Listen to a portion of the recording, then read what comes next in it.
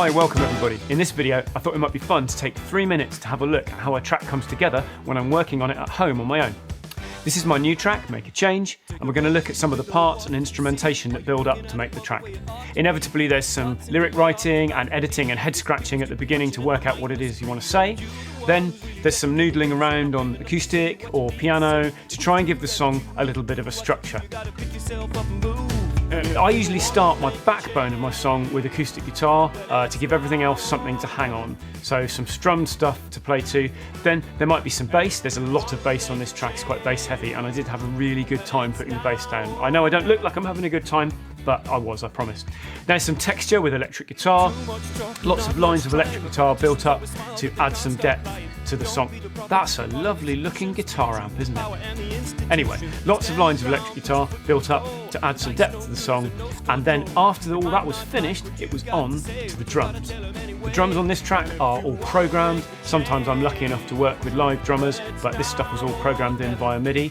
Once I'd finished the drums, I was able to put some lines of percussion. We've got tambourine, we've got claps, and some shakers amongst other things. Fruity. After that, it was onto the string lines, and there were multiple string lines on this recording. I've just shown you 4 here, I think you get the idea. The string lines were quite organic, so they were maybe built up from a single line and then harmonised, and some of the moving parts were kind of written on the fly. After the strings, it was time for the horns.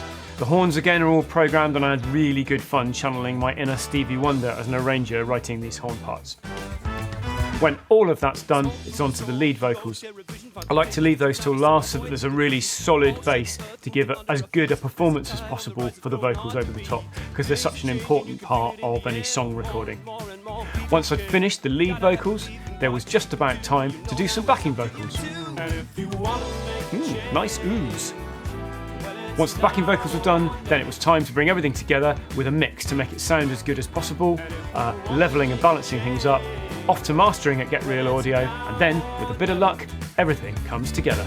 And if you want to make a change, well, it's now or never. And if you want Well, that's that, folks. I hope you enjoyed it. If you liked it, give it a like. You can subscribe or follow depending on where you're seeing this. Leave me a comment, and I'll see you really soon. Bye.